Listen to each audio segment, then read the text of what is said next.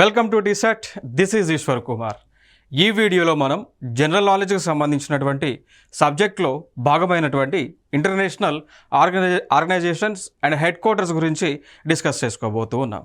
So అంతర్జాతీయ సంస్థలు అనేటువంటివి ఏమేమి ఉన్నాయి, సో దానికి అనుబంధంగా ఉన్నటువంటి సంస్థలు ఏమేమి ఉన్నాయి, వాటి యొక్క రాజధానులు అనేటువంటివి ఎక్కడెక్కడ ఉన్నాయి అనేటువంటి అంశాలను మనం డిస్కస్ చేసుకోబోతూ ఉన్నాం.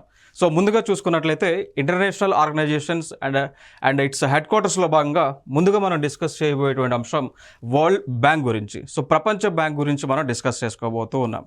సో ఇప్పుడు ఫర్ ఎగ్జాంపుల్ ఇక్కడ నేను ఎగ్జాంపుల్గా ఒక అంశం చెప్తా ఉన్నా. సో ఇండియాలో పరంగా ఇండియా పాయింట్ ఆఫ్ వ్యూలో చూసుకున్నట్లయితే రిజర్వ్ బ్యాంక్ ఆఫ్ ఇండియా అనేటువంటిది భారతదేశానికి సంబంధించినటువంటి బ్యాంక్. సో భారతదేశంలో ఉన్నటువంటి బ్యాంకుల మొత్తాన్ని అన్నింటినీ కూడా రెగ్యులేటింగ్ చేసేటువంటి ఒక రెగ్యులేటరీగా రిజర్వ్ బ్యాంక్ ఆఫ్ ఇండియా అని మనం చెప్పుకోవచ్చు. అదేవిధంగా ప్రపంచ స్థాయిలో ప్రపంచంలో ఉన్నటువంటి బ్యాంకుల మొత్తాన్ని కూడా రెగ్యులేటింగ్ చేసే విధంగా, అదేవిధంగా ప్రపంచ దేశాలకు కావాల్సినటువంటి రుణాలను ఇచ్చేటువంటి బ్యాంకుగా ఈ వరల్డ్ బ్యాంక్ అనేటువంటిది కనిపిస్తూ ఉంది. దీన్ని ప్రపంచ బ్యాంక్ అని మనం పిలుస్తూ ఉంటాం. సో దీనిలో చూసుకున్నట్లయితే ఈ world bank గ్రూప్లోనే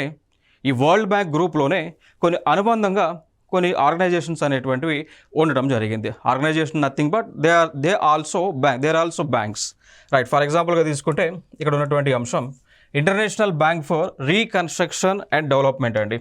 international bank for reconstruction and development అనేటువంటిది వరల్డ్ బ్యాంక్ గ్రూప్లో ఉన్నటువంటి ఒక బ్యాంక్. సో దీనిని 1944లో ఎస్టాబ్లిష్ చేయడం జరిగింది. సో దీనిలో ప్రస్తుతానికి 185 దేశాలు సభ్యులుగా ఉండటం జరిగింది. దాని తర్వాత ఇదే వరల్డ్ బ్యాంక్ గ్రూప్లో ఉన్నటువంటి ఇంకొక బ్యాంక్ వచ్చేసి ఇంటర్నేషనల్ డెవలప్మెంట్ అసోసియేషన్ అంటాం. దానిని IDAగా పిలుస్తూ ఉంటాం. సో దీన్ని 1960లో ఏర్పాటు చేయడం జరిగింది. ప్రస్తుతం దీనిలో ఉన్నటువంటి సభ్య దేశాలు 165 దేశాలు సభ్యులుగా ఉండటం జరిగింది.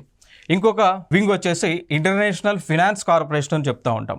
International finance corporation. సో దీనిని 1956లో ఏర్పాటు చేయడం జరిగింది. 179 మెంబర్స్ అయితే దీనిలో 179 దేశాలు సభ్యులుగా ఉండటం జరిగింది. దాని తర్వాత ఇంకొక వింగ్ వచ్చేసి మల్టీలేటరల్ ఇన్వెస్ట్మెంట్ గ్యారంటీ ఏజెన్సీ అనేటువంటిది. సో దీనిలో చూసుకున్నట్లయితే ఇది 1988లో ఎస్టాబ్లిష్ చేయడం జరిగింది. దాని తర్వాత దీనిలో 171 కంట్రీస్ మెంబర్స్గా ఉన్నాయి. దాని తర్వాత ఇంకొక వింగ్ వచ్చేసి international centre for the settlement of investment disputes అనేటువంటివి. సో టోటల్గా ఈ వరల్డ్ బ్యాంక్ గ్రూప్లో 5 సంస్థలు ఉండటం జరిగింది. వాటిలో ఇవన్నీ కూడా మనం ఆల్రెడీ చూసి ఉన్నాం. సో ఇక్కడ ఈ వరల్డ్ బ్యాంక్ అనేటువంటిది మరి ఎప్పుడు ఏర్పాటు చేశారు అనేటువంటి అంశం చూస్తే 1944లో, సో 1944వ సంవత్సరంలో ప్రపంచ బ్యాంక్ అనేటువంటి దాన్ని ఏర్పాటు చేయడం జరిగింది.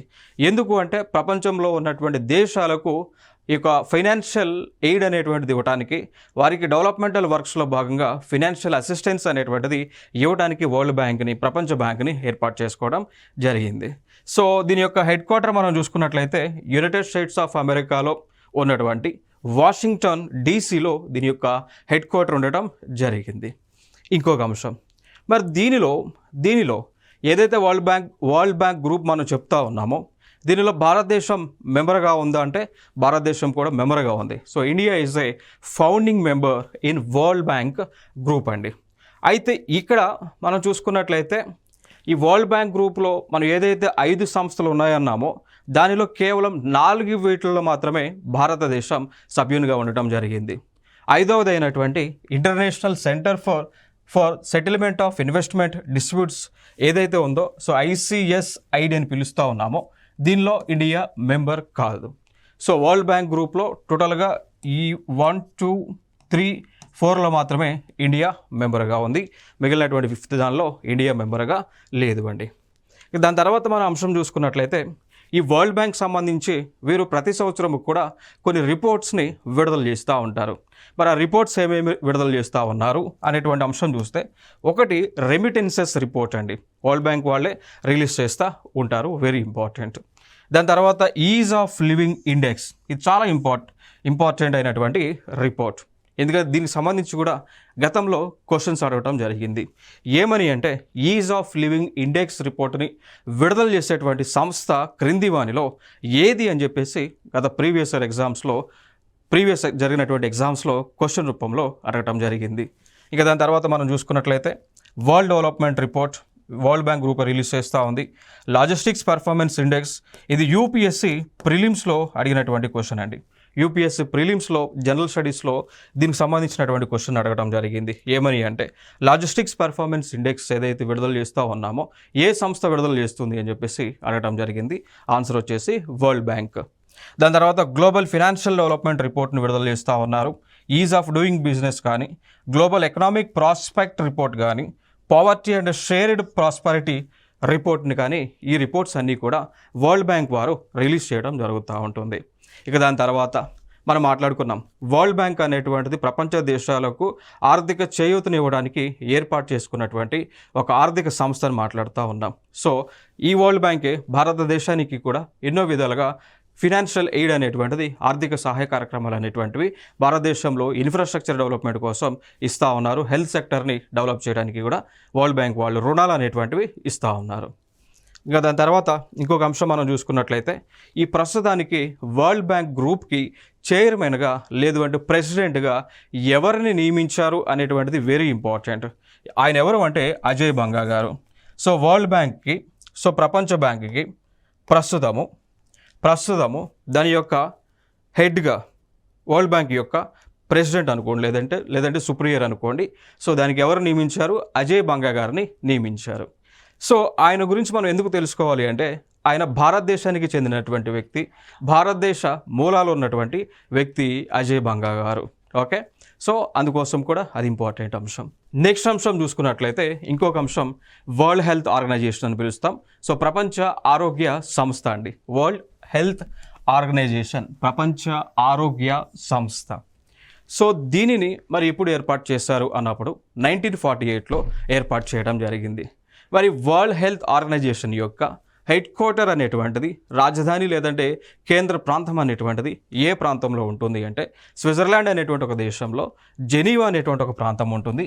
సో అక్కడ ఈ యొక్క వరల్డ్ హెల్త్ ఆర్గనైజేషన్ అనేటువంటిది ఉండటం జరిగింది.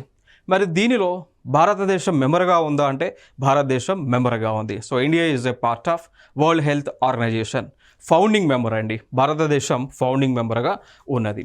దాని తర్వాత ప్రస్తుతము వరల్డ్ హెల్త్ ఆర్గనైజేషన్ యొక్క, ప్రపంచ ఆరోగ్య సంస్థ యొక్క డైరెక్టర్ జనరల్గా ప్రస్తుతం ఎవరు ఉన్నారు అన్నప్పుడు డాక్టర్ టెడ్రస్ అధనం గెబ్రెయసస్ అండి.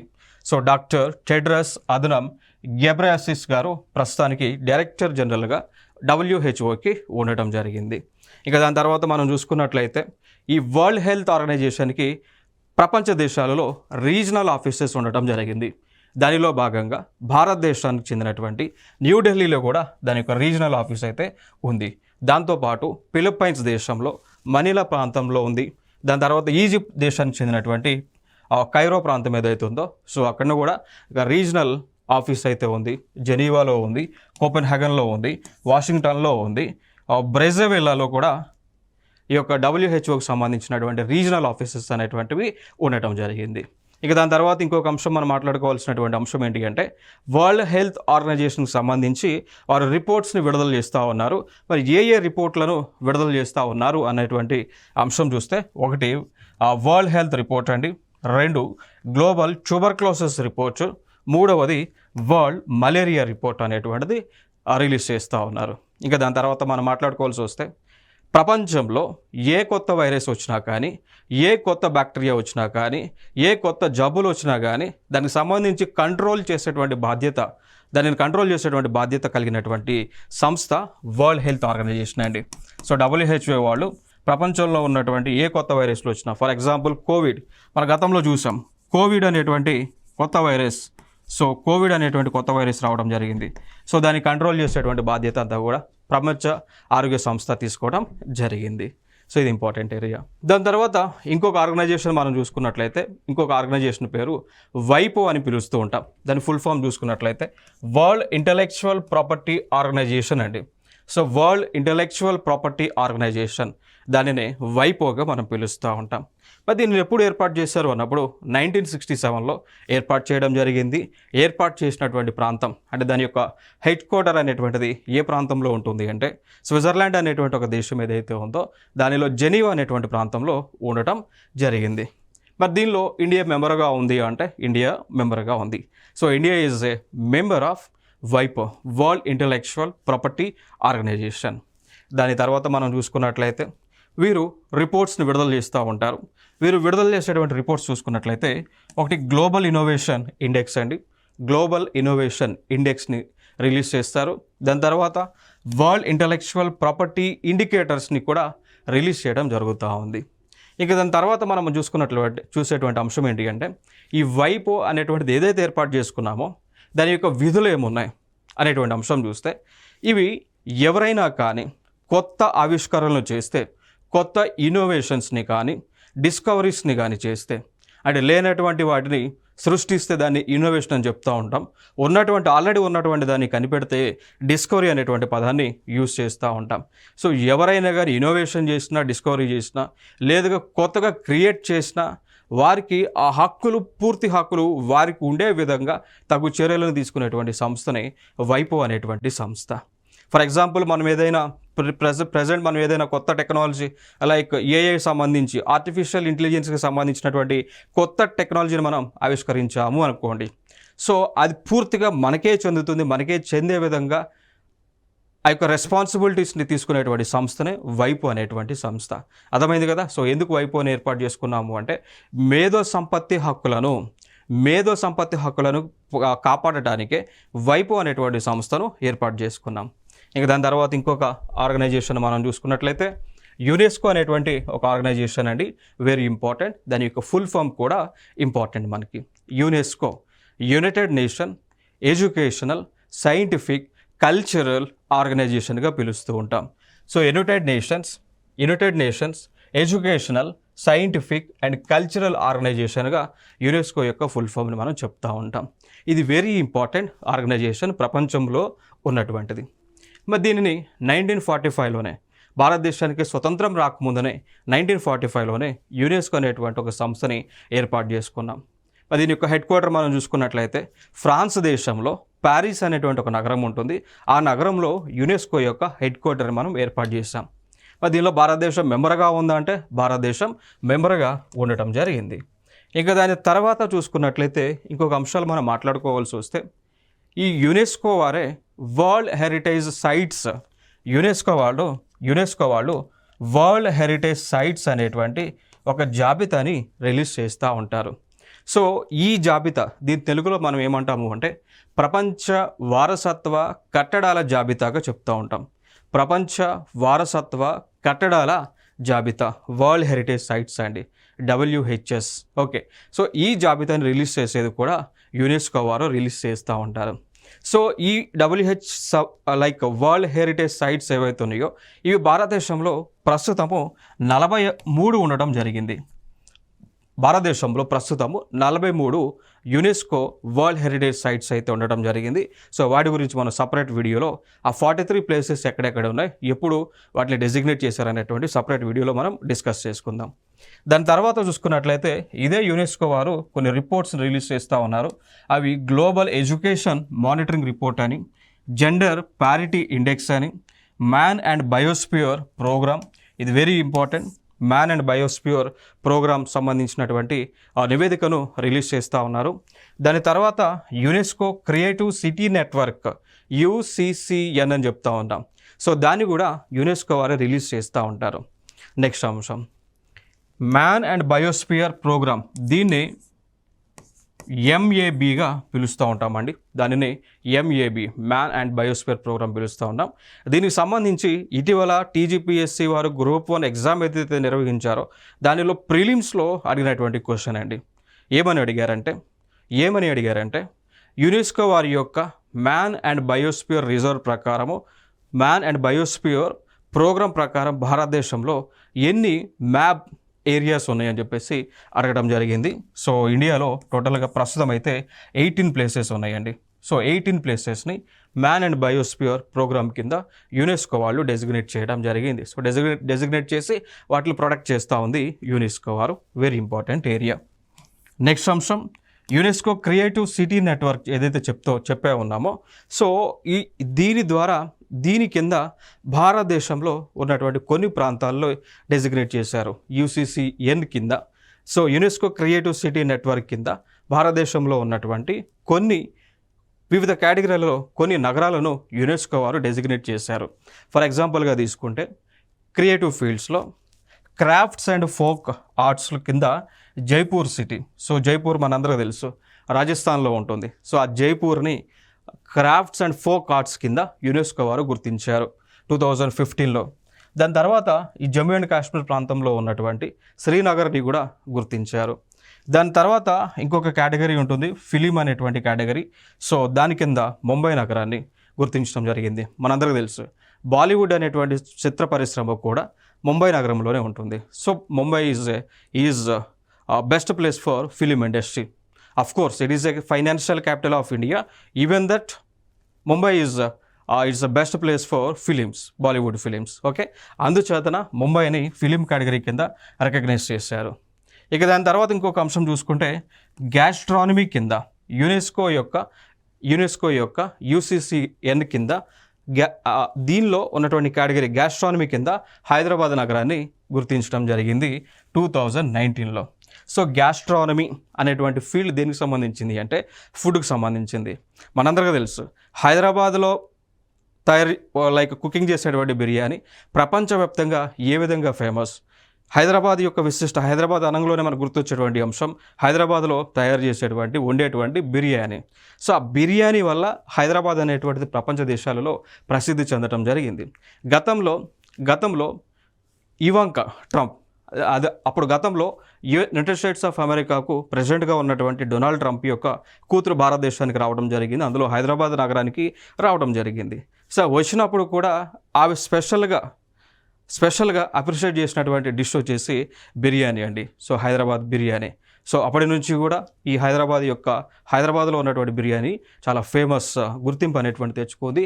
దానితో పాటు హలీం కూడా హైదరాబాద్లో మనకి దొరికేటువంటి హలీం ఏదైతుందో సో దానికి కూడా ప్రపంచవ్యాప్తంగా కూడా పేరు అనేటువంటిది ఉంది. సో దానికోసమే ఈ విధంగా ఫుడ్ స్పెషాలిటీలో ఫుడ్ కేటగిరీలో హైదరాబాద్ ప్రసిద్ధి చెందింది. కాబట్టి అందుకోసం యునెస్కో వాళ్ళు ఈ గ్యాస్ట్రానమీ కింద హైదరాబాద్ని గుర్తించారు. దాని తర్వాత లిటరేచర్కి సంబంధించి చూసుకున్నట్లయితే కేరళలో ఉన్నటువంటి కోజికోడ్ అనేటువంటి ఒక నగరాన్ని వీరు గుర్తించారు. దాని తర్వాత మ్యూజిక్ కింద చూసుకున్నట్లయితే చెన్నై నగరాన్ని, తమిళనాడులో ఉన్నటువంటి చెన్నైని, యూపీలో ఉన్నటువంటి వారణాసిని, దాని తర్వాత మధ్యప్రదేశ్లో ఉన్నటువంటి గ్వాలియర్ని వీళ్ళు సెలెక్ట్ చేయడం జరిగింది. సో ఇది యునెస్కో వారు గుర్తించినటువంటి నగరాల జాబితా. నెక్స్ట్ ఇంకొక అంశం ఫుడ్ అండ్ అగ్రికల్చర్ ఆర్గనైజేషన్ అంటాం, FAO, Food and agriculture Organization అండి. ఓకేనా? సో FAO అంటాం. సో ఇక్కడ FAO Food and agriculture Organization అనేటువంటిది దీనిని ఎస్టాబ్లిష్ చేసింది 1945లో ఎస్టాబ్లిష్ చేశారు. దీని యొక్క హెడ్ క్వార్టర్ వచ్చేసి రోమ్, ఇటలీలో ఉంటుంది అండి. So India is a founding member of Food and agriculture Organization. So దాని తర్వాత ఇంకొక అంశం ఏంటి అంటే ఈ ఫుడ్ అండ్ అగ్రికల్చర్ ఆర్గనైజేషన్ అనేటువంటిది ఎందుకు ఏర్పాటు చేశారు అంటే ప్రపంచ దేశాలలో ఆకలి మరణాలను లేకుండా చేయటము, ప్రపంచ దేశాలలో వ్యవసాయ ఉత్పత్తులను పెంచడము అండ్ అగ్రికల్చర్ ప్రొడక్టివిటీని పెంచటము.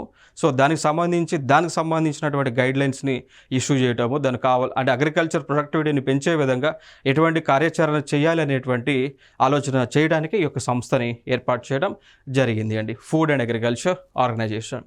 సో వీరే 2 సంవత్సరాలను ఫర్ ఎగ్జాంపుల్గా తీసుకుంటే 2018 అనేటువంటి సంవత్సరాన్ని నేషనల్ ఇయర్ ఆఫ్ మిల్లెట్స్గా గుర్తించారు అండి. సో భారతదేశం యొక్క రిక్వెస్ట్ మేరకు 2018 సంవత్సరాన్ని నేషనల్ ఇయర్ ఆఫ్ మిల్లెట్స్గా ఫుడ్ అండ్ అగ్రికల్చర్ ఆర్గనైజేషన్ వాళ్ళు గుర్తించారు. దాని తర్వాత ఇటీవల చూసుకున్నట్లయితే 2023 సంవత్సరాన్ని భారతదేశం యొక్క అభ్యర్థన మేరకు ఫుడ్ అండ్ అగ్రికల్చర్ ఆర్గనైజేషన్ వాళ్ళు ఈ సంవత్సరాన్ని ఇంటర్నేషనల్ ఇయర్ ఆఫ్ మిల్లెట్స్గా గుర్తించారు. ఇది very important. It is a previous year question. So ఏ సంవత్సరాన్ని అంతర్జాతీయ చిరుధాన్యాల సంవత్సరంగా గుర్తించారు FAO అని అడగటం జరిగింది. సో 2023ని అడగటం జరిగింది. So very important area.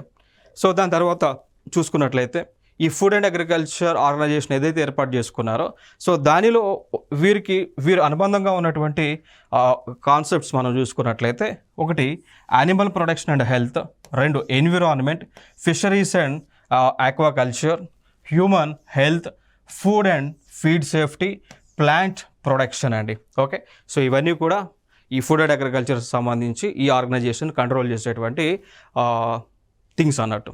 Next అంశం ఇంకొక సంస్థ ఇంటర్నేషనల్ మానిటరీ ఫండ్ అంటాం. దీని తెలుగులో అంతర్జాతీయ ద్రవ్య నిధిగా మనం పిలుస్తూ ఉంటాం.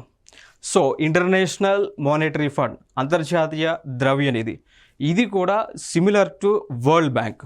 సో ప్రపంచ బ్యాంక్ అనేటువంటిది ఇది కూడా similar to world bank. So ప్రపంచ బ్యాంక్ అనేటువంటిది ఏ విధంగా దేశాలకు రుణాలను మంజూరు చేస్తుందో అదేవిధంగా ఇంటర్నేషనల్ మానిటరీ ఫండ్ అనేటువంటిది కూడా దేశాలకు రుణాలను ఇస్తుంది.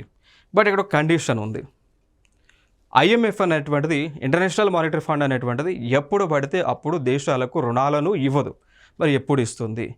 ఏ దేశము అయితే ఆర్థిక సంక్షోభంలో ఉంటుందో, ఫినాన్షియల్ క్రైసిస్లో ఉంటుందో ఆ సమయంలోనే ఈ ఐఎంఎఫ్ ముందుకు వచ్చి వారికి ఆ దేశాలకు రుణాలను మంజూరు చేస్తూ ఉంటుంది.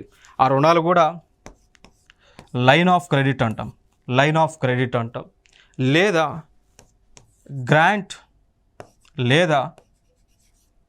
గ్రాంట్ ఇన్ ఎయిడ్ రూపంలో ఐఎంఎఫ్ వాళ్ళు ఆ రుణాలను మంజూరు చేస్తూ ఉంటారు.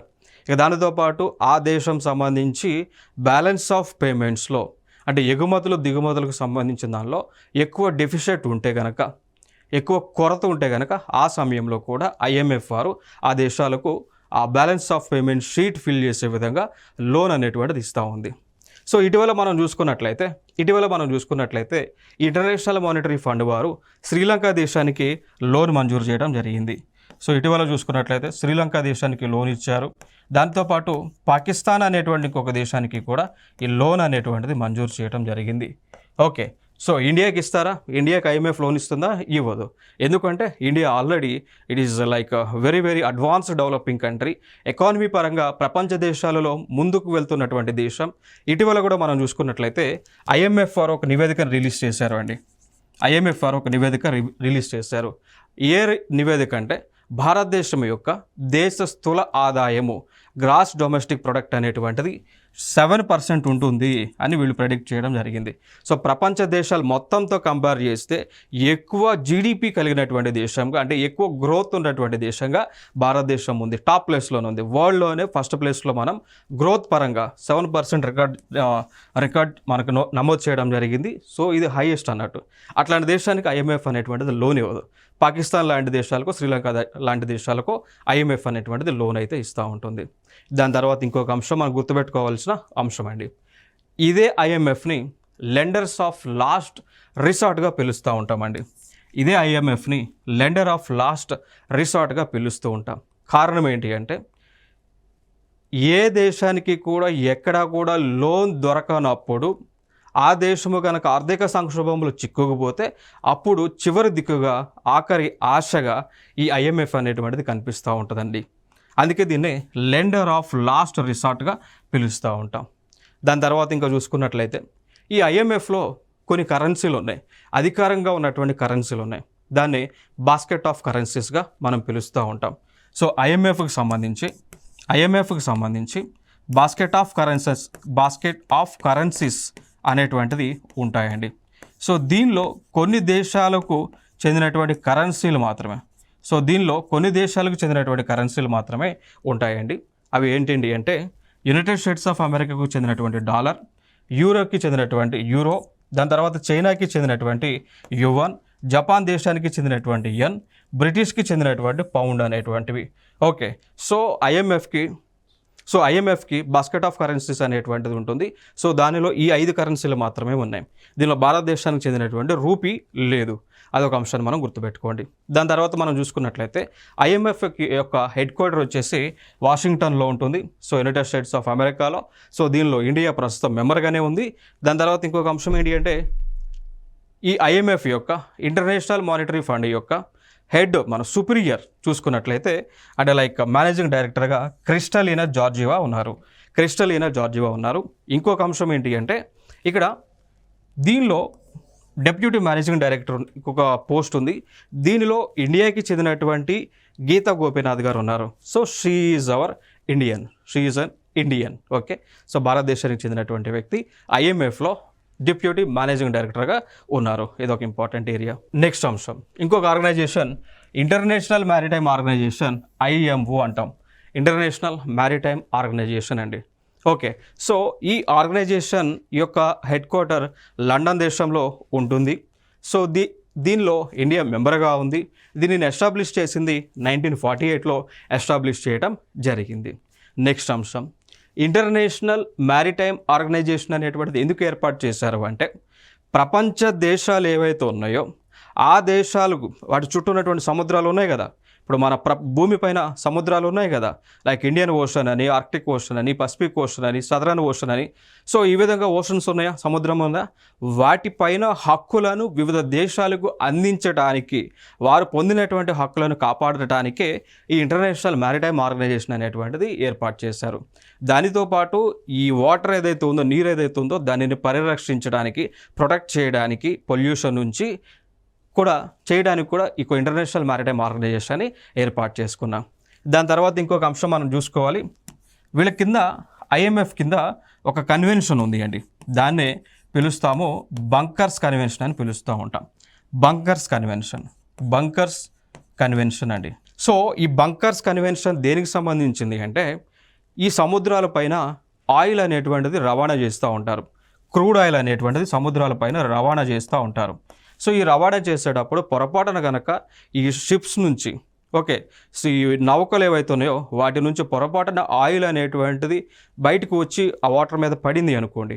ఆ పడినప్పుడు ఏమవుతుంది, అక్కడ సముద్రంలో ఉన్నటువంటి అక్వాటిక్ యానిమల్స్ అన్నీ కూడా చనిపోతాయి. దాంతోపాటు ఆ పక్కనే ఉన్నటువంటి దేశాలకి కూడా ఆ పొల్యూషన్ ఎఫెక్ట్ అనేటువంటిది ఉంటుంది. సో ఎప్పుడైతే ఈ ఆయిల్ క్యారీ చేసేటప్పుడు ఆయిల్ అనేటువంటి స్పిల్లింగ్ జరుగుతూ ఉంటుందో,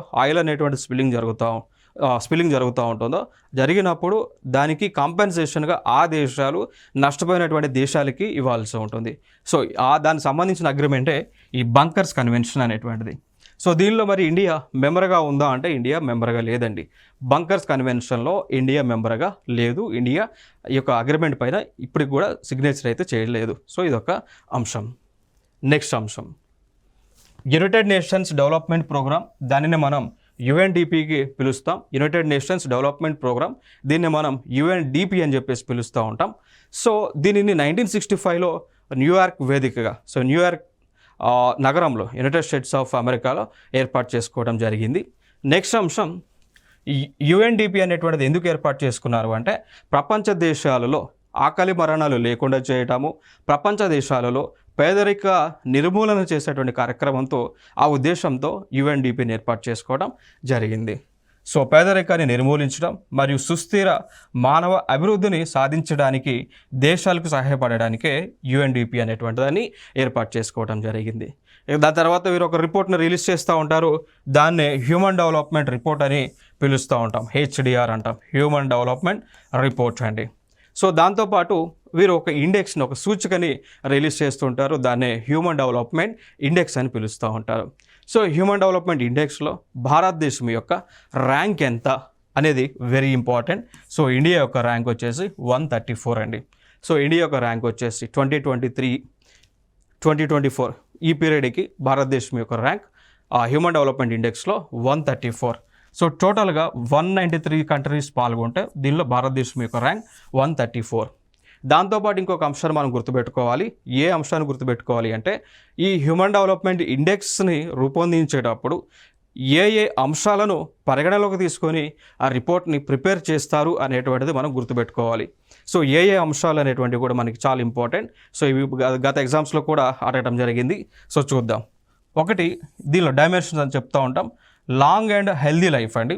సో మనిషి యొక్క లైక్ ఏజ్, ఇప్పుడు ఫర్ ఎగ్జాంపుల్ భారతదేశంలో సగటు వయసు, ఒక మనిషి యొక్క సగటు వయసు 67 సంవత్సరాల 8 నెలలుగా ఉంది.